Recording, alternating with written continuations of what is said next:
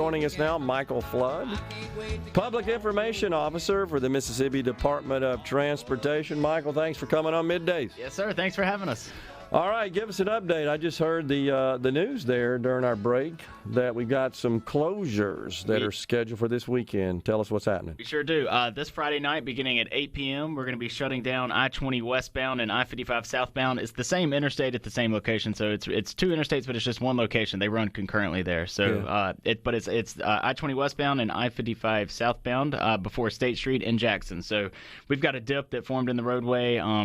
We had to close it down in April to do a temporary repair on this dip, and it just keeps on dipping on us. So we're going to have to get in there again and perform another temporary closure, temporary repair on this section of roadway here. So give us the date and time again. So this is this Friday night.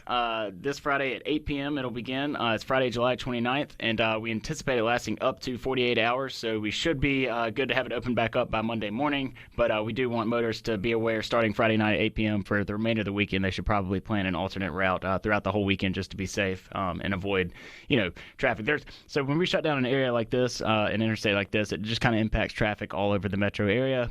Since it's really two interstates in one location, local roads see a lot more traffic as well. So if you're traveling this weekend and after 8 p.m. on Friday night, be sure to give yourself a little additional travel time in the metro area. And just keep an eye out. Remember, there's going to be more traffic than usual on some of these local roads. So our detour is 55 northbound to 220. That is our official detour to get around the closure. Of course, you're encouraged to use local routes as well, any local roads if you know the area well. Okay. So can they find this information out, Michael, on the website about where the detours are and the date and times, the closures, and so forth? Absolutely. If you look on our social media pages at Mississippi DOT on Facebook, Twitter, Instagram, YouTube, we've got all this information there, as well as gomdot.com.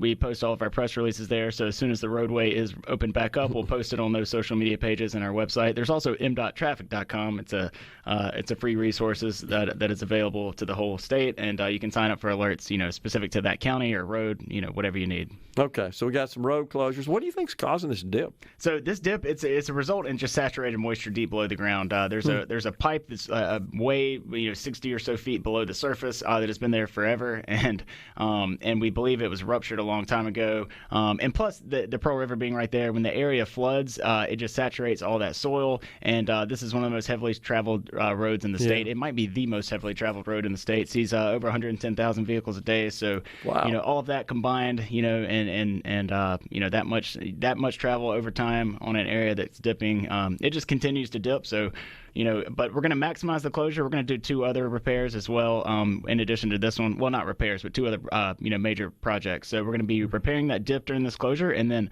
Saturday, as soon as the sun comes up, we're going to perform a bridge inspection on one of the nearby bridges there.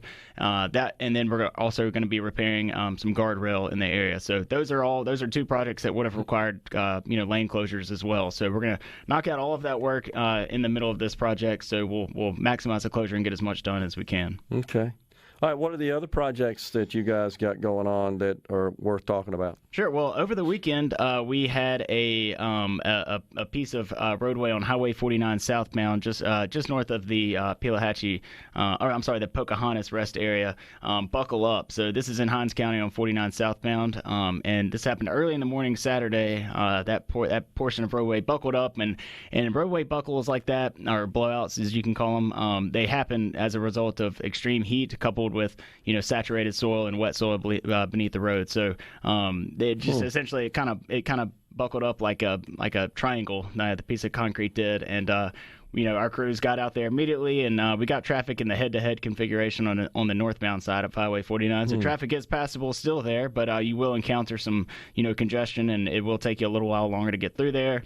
The good news is that they already started the repair first thing this morning at 4 a.m. They were out there beginning the repair, so they've already gotten all of the concrete removed, and they're going to just put some asphalt on top of it to smooth it back out, and then once that cools for about 24 hours or so, we'll be able to reopen it back up, hopefully by midweek this week. What about 49? So 49, yes, the other part of 49. South part, That's yeah. right.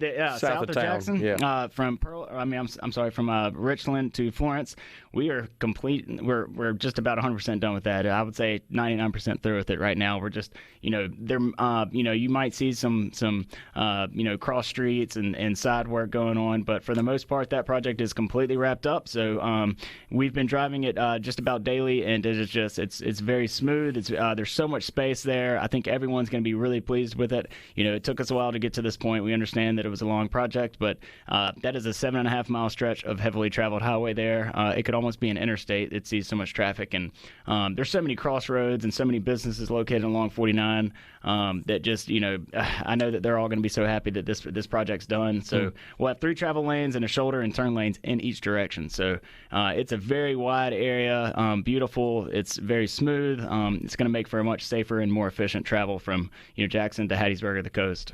It's got to alleviate some of the congestion sort of upstream, too. Absolutely. Huh? Yes, it has an impact, like, yeah, you're right, on the whole metro court, the whole metro. Yeah, I mean, it'll have, if you, like, I went to Southern Miss, and I remember driving down to school from Jackson. If it were any time after between 4 and 6 p.m., it was just a mess there. So I know if you're traveling south, like a lot of folks are this time of year, going to the beach, it'll be a major help, coming to and from. So, yeah, we're very, very happy to be finishing up that one. Another one that we're wrapping up is on I-20, near the closure this weekend, but a little further down.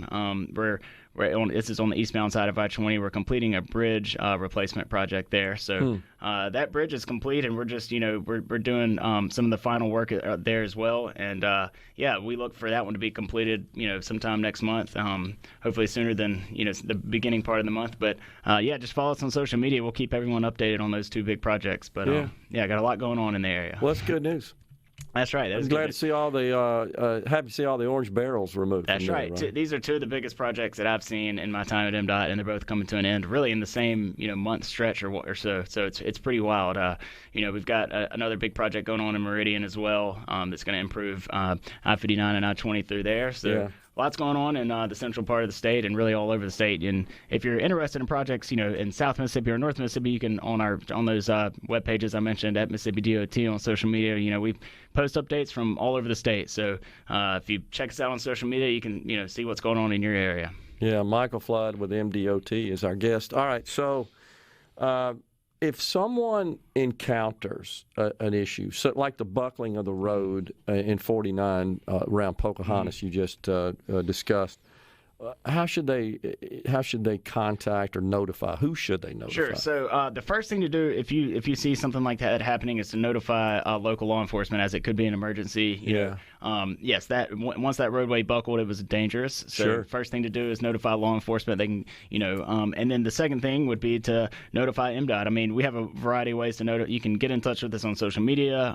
We've got an office in every county. You can just Google and find out where it is and call that number. We've got offices all over, really. So, just contact, let your local law enforcement know, let MDOT know. And we've got crews this time of year. The excessive heat does cause a lot of buckling to the roadways. So our maintenance crews are really busy this time of year on top of, normal maintenance work, pothole patching, chip sealing, mowing, that kind of thing. They're also keeping an eye out for, these kind of buckles in the roadway that do happen from excessive heat. So, especially on, concrete areas. So it is, this time of year, it is pretty frequent, and we've got crews out really all day, every day, keeping an eye on this kind of thing. So, if you notice anything like that happening, any kind of, big pothole or roadway buckle, please let us know. And, we'll get on it immediately. I will admit that I'm like the light police. I will tweet at MDOT on the big standards, sure, mainly over the interstate areas. And so it's my understanding, I was just going to ask you about this, my understanding that we have issues with crooks stealing the copper. That's correct, yes. Unfortunately, this has been an issue that has just kind of plagued interstate lighting in Jackson for several years now. And, it's a problem. NDOT cannot enforce, this issue. We don't have an enforcement division, so we can only do so much. We do rely on local law enforcement, Mississippi Highway Patrol, JPD, and they do a great job doing what they can. Unfortunately, there's just so much interstate that there is to cover at so many hours, and they can't stop everything from happening. They have stopped several incidents, but It's just it's a ongoing battle, really keeping those lights up. And there are several that are out that just need to be repaired, and those will be repaired. But the ones that are out due to copper wiring, we're trying to figure out another way to get those, because it's just a waste of taxpayer dollars to just keep putting them up if they're immediately going to get stolen. It's crazy, especially Waterworks Curve. It's kind of a dangerous area through there. It just feels safer when it's all illuminated. So that's right. Yes, it'll require. We keep the crooks out of the ground stealing the dead gum copper. Amen. Amen. Michael, thanks for coming on. Appreciate the update. Thank you so much for having me. You got it.